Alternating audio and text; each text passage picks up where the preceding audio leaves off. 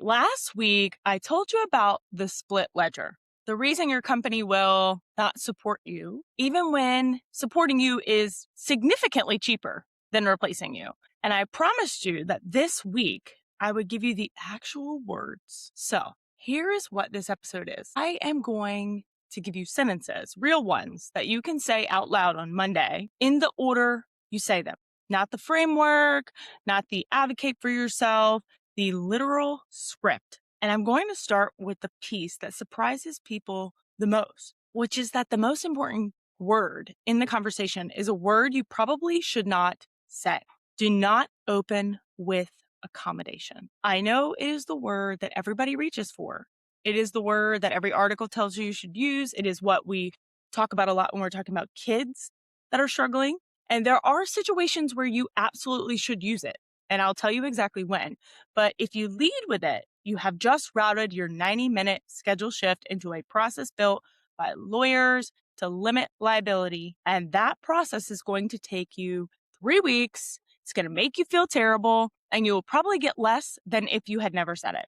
So stay to the end because we are having 2 doors here. Almost no one knows which one they're choosing. And I have a special surprise at the end. Yo. Yo.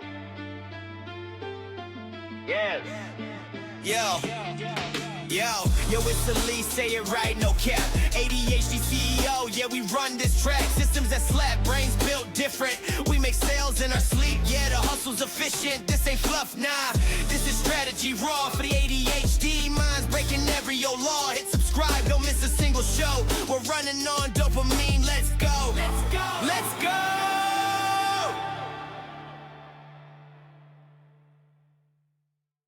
Super quick disclaimer for those in the back. I am a certified ADHD and autism coach and a systems person. Automation. I do marketing. I love it. I've been doing it for years, but I'm not a lawyer and I'm not a doctor. So nothing in this episode is legal advice. If you need formal protection under the ADA, talk to an employment attorney or your HR department. And I will tell you where that line is as we kind of go through. So let's dive into it. The 2 doors. We talked about 2 doors in the intro, okay? Every request you make at work goes through one of 2 doors. And the door is chosen by your wording, not by your intent. So again, not an attorney, but I have read case study after case study after case study. I've researched this. I've just trust me here.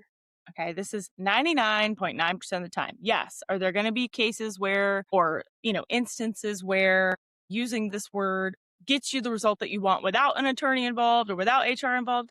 Hopefully, but it definitely significantly increases your chances when you do. So 2 doors. Door 1 is the management door. And this is a work decision. Your manager has the authority to say yes today by themselves with no forms, no third party, moving a check-in. Something as simple as, maybe you have a weekly check-in with your employer, your direct supervisor, and they want to do it every Thursday at 8 because let's get it over with in the morning, right? Well, they're in charge of their schedule. Maybe you're in charge of yours with their approval. Maybe they allow you to create your schedule, okay? But a few things just around that as a whole that I have seen help ADHD people in the workplace, getting the agenda in writing before the meeting instead of after. Simple, right? Simple. And hopefully your employer already does this, so you stay on topic and you're efficient, but it's possible that they don't, right?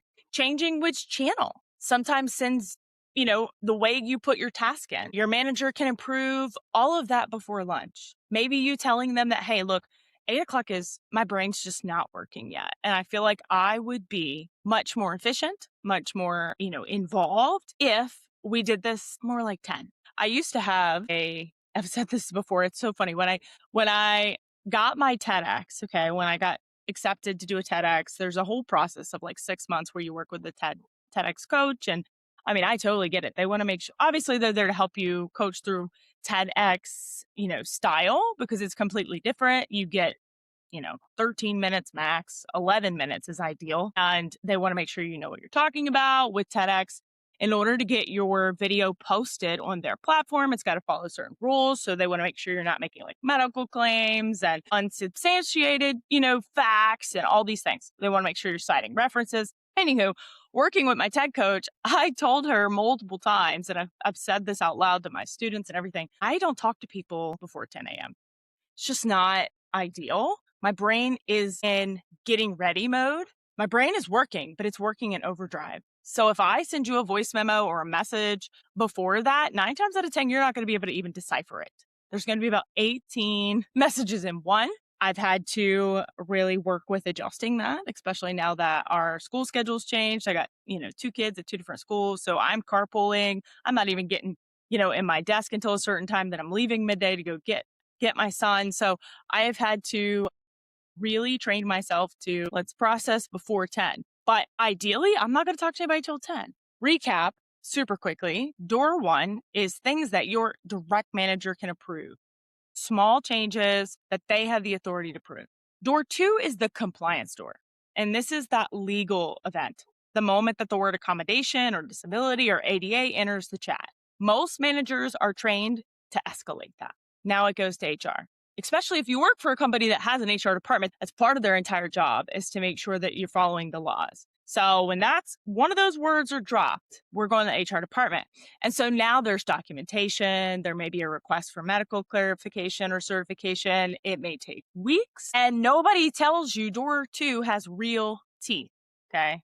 Door 2 is like there's a monster behind it and it matters enormously in some situations. But going through door 2 does not get you more. Honestly, it gets you formality. And a lot of what the ADHD brain actually needs at work is scheduling decisions, not necessarily legal ones. And one more thing you need to know factually here, an ADHD diagnosis by itself does not automatically entitle you to accommodations. Under the ADA, you generally need documentation showing it substantially limits a major life activity. The employer usually needs at least 15 employees, and a formal request are typically made in writing. So door 2 is not a magic key. It is a legal process with requirements. So the point here is pick your door on purpose. Most of the time, for most requests, you want door 1. So the frame here, 4 sentences in this order, and I'm going to give you the shape, then I'm going to give you filled in versions for 5 of the most common ADHD asks. So if you're not already subscribed to the podcast, I wouldn't have an idea why, but now's a good time. I would download this episode as well. Okay. Sentence 1, the setup. You name the topic at work, not you. Say it again. You name the topic at work, not as you. Sentence 2 is the observation. You describe the pattern, actuality with no diagnosis attached. Sentence 3 is the ask. One specific change, okay, not a whole category, a change. Sentence 4 is the output, what your manager gets out of it. That is it, okay? Setup, observation, ask, and it takes 60 seconds to say. So let me fill this in for you. Let's say we're going to ask about a schedule shift. Again, this really depends on what type of work you're doing. This is a lot easier if you're in an office setting or a corporate setting. It's a lot harder if you work in a quick service, but it's possible. Maybe they schedule you for mornings, you work better at night. Here it is. I want to talk about getting more out of my mornings. I've noticed my hardest thinking work goes about twice as fast before 11, and our check-in sits right in the middle of that. Could we move that possibly to 2 o'clock? I think you would get better prep from me, and I would get the deep work window back to help the company get better results. Notice what is not in there. Okay, no, I struggle. No, I have trouble focusing. No diagnosis. It is a schedule proposing change from someone looking to optimize their own output. And you're telling them what they're going to get back. Better results for the company. That's number 2. If you're looking for something more like instructions in writing, right? Maybe your boss is the worst about coming in your office or coming to your desk and rambling all these to-dos, or I need you to do this by this time or this time, whatever. And you're expected just to capture all of that and just know what to do with it. So instructions in writing. Hey, boss, I have a quick process thing. When assignments come to me verbally in a hallway conversation, I tend to lose the details between there and my desk. Could you send the 3 or 4 line version to me in an email after we talk? It just means, I would have fewer clarifying questions later and less rework, and I'll be able to get it done faster. The magic phrase there is fewer clarifying questions from me later. You just told your manager this is going to save them time, you time, which is money. And that's what they actually care about. It's number 3. And this is honestly, with This day and age and all the AI note takers, I can't believe that this is even a problem. But I read this in the comments on some of my Instagram reels over the last couple days, meeting recaps. Okay. So saying something like, I take in information better reading it than hearing it. Would it be okay if I record our team meetings or if we rotated who writes in like a 5-line recap? I don't mind volunteering to go first. Or if you know your company has the budget, and they're willing to invest in tools, same conversation, right? Hey, look, I take information better, reading it than hearing it. Would it be okay if, we purchased an AI note taker? It's only about $10 a month, and I really think it would benefit us getting this work done faster. Volunteering to do the work in the first example yourself is what turns this from like a request into a contribution. Or if they're willing to invest in tools, and you should know your company best. $10 is a whole lot more than you spending 20 extra hours trying to remember and ask again what was said in that meeting. So really always bring it back to what they care about. And then ask number 4, interim deadlines. Okay. So companies are the worst about not from some of the clients I've worked with, not giving you like a real due date. Okay. So saying something like, big deadlines that are 3 weeks out are where I am the weakest, not the work, but the pacing itself. Could we put maybe 2 checkpoints between now and the due date, and I'll be able to show you progress earlier and I'd not be delivering everything in the last 48 hours? You named your own weakness in this and immediately converted it into a benefit for them. That is the whole move. You said, this is something I want to get better at. This is something I want to improve. I need development on. You're asking them to help develop you. You're also telling them that it will get done faster instead of in the last 48 hours. And so that's giving them time back. Ask number 5, the environment. All right. Environment as a whole, depending on what your workspace looks like, if it's all open floor plan, whatever. That was one of the biggest struggles for me, the open floor plan. I could hear everyone's conversations. So saying something like, the open floor is really costing me. I lose the thread every time there is a conversation happening that I can overhear. Is it possible for me to book a small room on the days I am doing writing work or work from home on these 2 days? Or ask for a door. Depending on what the setup is, you can ask for a door. And cost is the right word here, because it's accurate and is the language of the person approving it, right? If they're a manager or supervisor, they more than likely have a budget for their department. They want to make sure they're optimizing costs, they're saving money where they can. So now I want to kind of go over 4 things to never say, and these are very specific. So again, I would save this episode, download it, okay? Never say, I struggle with. It sounds like a performance disclosure, right? Performance disclosures get rewarded. Performance disclosures get referred upward. And now you're in a process. Say more of, I have noticed, or this cost me instead. That's language that mean the same thing, but it's not going to be reflected as a performance problem. Never say, I have ADHD, so. Not because it's shameful, because it routes you through door 2. And if you're going directly to your supervisor looking for assistance, you're not trying to go through door 2. Never hedge the ask. Okay. So never saying something like, is it maybe possible that we could a hedge ask invites a no, because you already signaled you expect one. Say, could we? Okay. 2 words. Could we? Never bring more than 1 ask per conversation. Okay. 1 change per conversation, unless it's something like, a quarterly performance review, and that's when you're expected to bring everything to the conversation. If that's when you're expected to address all of this, I personally don't like to wait. And this was something I was maybe not the best at in corporate when I would bring things up like weekly, and I would be told, save that for your quarterly performance review.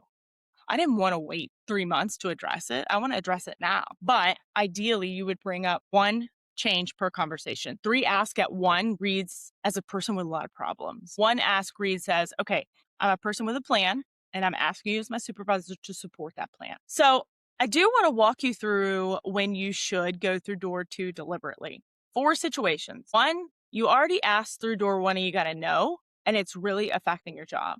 It is something, you genuinely need to do your job correctly, and it's necessary.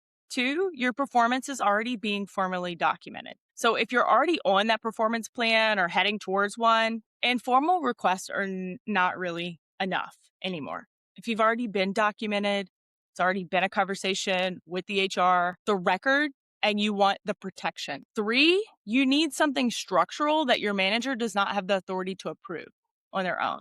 So a reduced schedule, a change to essential job functions, assistive technology that has a real budget attached. And number 4 is you have a reason to think you might need legal protection later on down the road, not necessarily right now, but retaliation, a hostile manager, a pattern. In that case, documentation is the point, and you want it in writing and you want it dated. So if you're any of those 4 positions, use the word, put it in writing, talk to an employment attorney or a trusted HR contact first. That is genuinely the right move, and I'm not going to coach you out of it. So the point of this whole episode really is not that door 2 is bad. It is just that you should be the one choosing what door instead of automatically getting routed by accident because you used a word that you didn't know flipped a switch. So wrapping this up, I want to talk a little bit about if they say no. So maybe you run the script perfectly and they say no anyway. There are 3 moves and they're in this order. 1, you ask what would make it a yes out loud. Okay, is there a version of that that would work for you, or is no the entire idea? You're finding out whether it's a real no or if it's a reflex, what the concern is. A lot of first no's are a reflex. Number 2, you propose a trial with an end date. So could we try it for 2 weeks and check in? If my output does not improve, we drop it. Trials get approved a lot more often when they're not necessarily a permanent change because it's not a precedent. And if it proves to work, great. If it doesn't, it's not permanent. And number 3, accommodate yourself if the cost is low enough. So if a $100 pair of noise canceling headphones keeps you employed and functional, that can be worth buying yourself. Not because you should have to, but because sometimes the fastest path is just one that you control. And then the 4th thing, and this is very honest, sometimes the answer is that the organization will just not do it. The ledger is never going to resolve in your favor, and the healthiest move is somewhere else. That's not failure on your part. That is data, and it's worth having early instead of 3, 4, 5 years from now. So for the managers, okay, I promised you last week that I would give the managers the words to say back. So here they are. It's short and sweet and to the point. When somebody tells you something like this, your answer in the first 10 seconds decides whether anyone on that team ever tells you anything again. Not just this person, but everyone. They're all watching. So saying something like, yes, let's try it. Or if it genuinely is a decision you have to make, you can't decide on the spot, tell me more about what would help. Those are 2 good answers. Don't say, you're doing great though. Feels. I know it feels kind, but what it really communicates is that you do not believe the hard part that they're telling you. And that person will not bring you the hard part ever again. So don't say something like everyone deals with that same problem, just faster. And do not reflexively loop in HR. Do not just loop in HR on a reflex for something you have authority to approve yourself. When you escalate a 90-minute schedule shift, everybody on the team learns that asking costs something.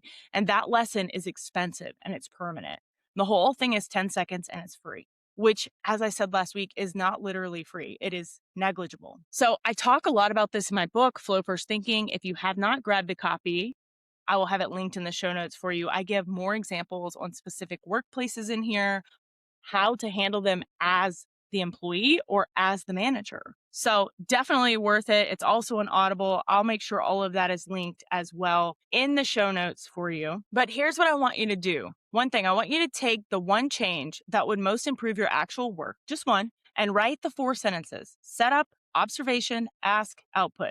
Write them down out loud in your own words. Don't send it today. Just write it, read it back, check it for the words I told you to cut. I struggle with, I have ADHD, so any hedging, and then send it tomorrow. And then come tell me, DM me on Instagram at socially.awesome. Tell me what you asked for and what they said. I personally read every single one of my IG DMs, so it might take me a second to get back to you, and you may end up my message request, which I check a couple times a week. I want to know because the no's are what I need for future episodes and what you need to know about how you work best. If you're the person who needs your whole organization to get better at this instead of just one manager, that's what I do as a speaker and a consultant. I'll have those links in the show notes as well. Last thing before I let you go, because next week you're going to want to be here. So everything I just gave you, the 4-sentence script, the 5 scripts, the 2 doors, the slice of something bigger I've been building, it's called Flow First at Work. I am going to run this as a live challenge very, very, very soon. I'm not dropping the date until next week, but it's very important that you get on the wait list so you are first to know. This live challenge will be me with anyone who joins, and we're going to be going over your specifics. I'll have the link to the waitlist in the show notes for you. I will be dropping this challenge for you to get registered very, very soon. I will give you the date of the challenge and all of that information in next week's episode. So I'm going to tease you just a little bit here. Make sure you check the show notes, get the links to all the goodness, get on the wait list for the challenge. And until next time, make it simple, make it social, and make it awesome.